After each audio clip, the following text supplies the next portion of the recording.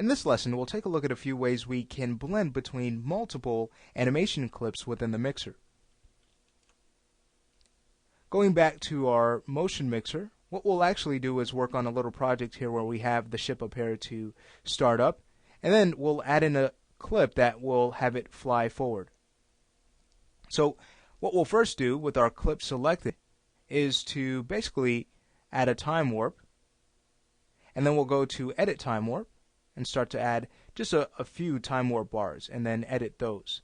And just FYI, if you'd like to remove a time warp and convert your clip back to its original timing, you can go back to the clips menu and choose remove time warp. So let's go ahead and add a few time warp bars, one at about the first third of the clip and one towards the last third. Now we'll drag this first top bar so that we can have slow motion at the start, and then we'll drag the second bar so we are basically getting this gradual increase of speed until it gets to its normal speed. So here's what we get when we hit play. Great, so as we can see clearly, the ship is slowly starting to move until it again speeds up and it gives the appearance of it starting up. Great, so now what we can basically do is work on adding that new motion file within the mixer. And it already has been prepared the same way we have set up the motion clip for our idle animation. So what we're going to want to do is actually add a little bit more space into our active time segment. That's what this light gray area represents. So we can go to our track bar and simply add in a few more frames here. I'll add to about frame 200. And now once we pan within the motion mixer, that updates. Okay, great. Now we can add a motion clip, a new one, right to the same layer. But ideally what we'd want to do is use a new layer. That way we can edit that new clip as much as we like without interfering at all with this layer. And that way we can also comfortably solo and mute clips. So we can add that new layer a number of ways by either right clicking and going to add new layer track, and then we can add it either below, above or below. Or another way is to simply go to the tracks menu and we'll actually add the track layer below. Great.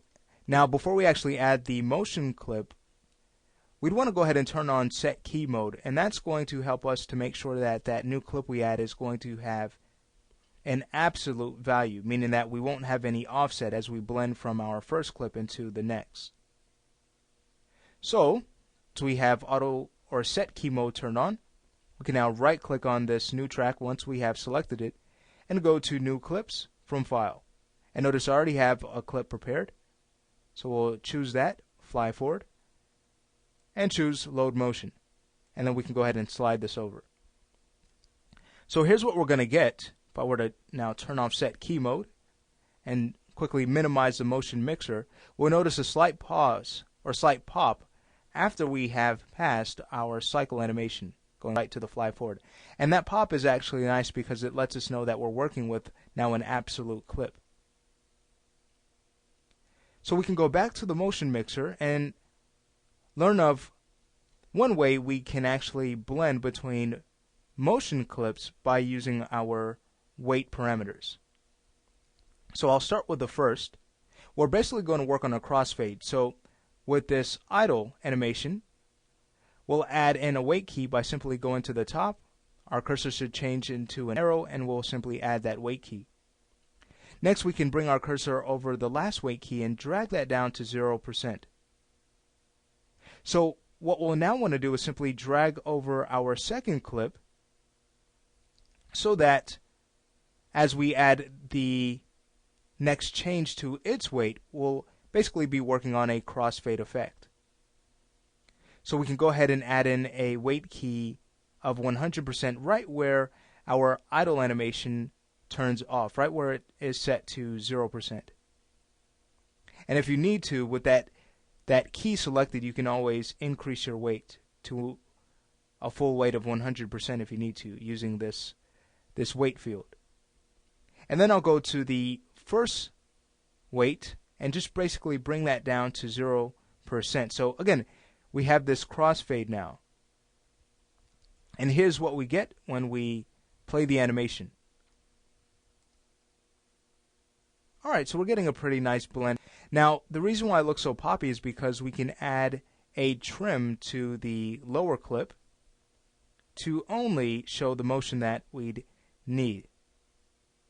Now, we're actually going to add that trim, but before we do, we're going to work on another way we can create crossfades or transitions between clips.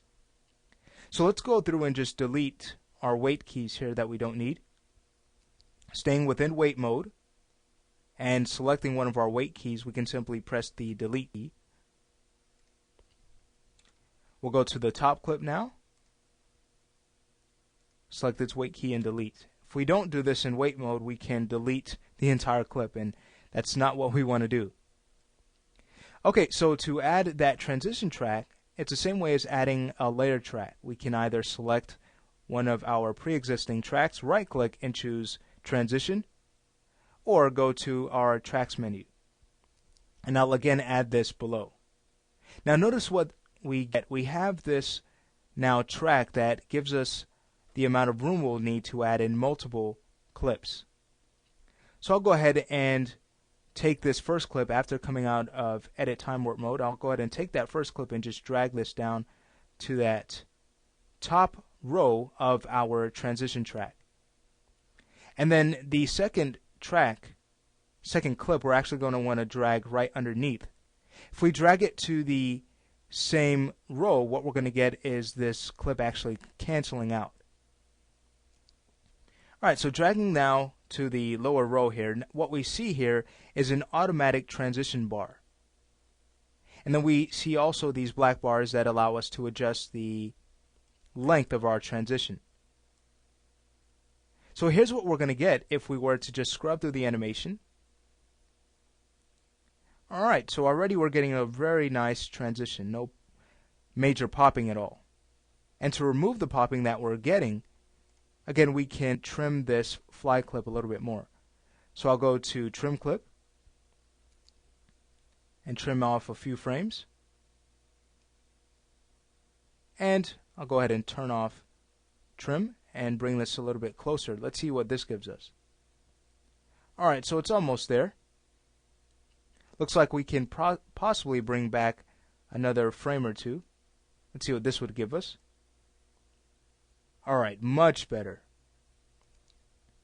So if we were to play the animation now, here's what we get.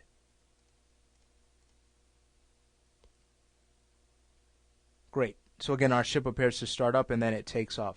Now, of course, you can always go back and edit the length of your transitions to an ideal length. And I also wanted to mention to you, if you'd ever like to duplicate or clone your clips, you can do that by holding down the Shift key and dragging. Now, in a case like this where we were working with a transition track, what you'd want to do is take your clone clip and, of course, drag that down. And if you were working on a cycle, let's say you just had a motion clip that was one loop of your cycle, you'd simply go ahead and drag that down to the lower layer. And then once you've dragged it down, you'd adjust your transition in a way where you just get a line. Okay, so notice also the start and end frame of the lower clip and also the top clip. Okay, so that way, again, you can nicely blend between your cycled motion clips this way. But again, in this lesson, we've taken a look at a few ways we can add transitions or crossfades between multiple clips. So that actually completes our lesson on the motion mixer, and again, it has several other features we can use to really create some nice effects in our animations.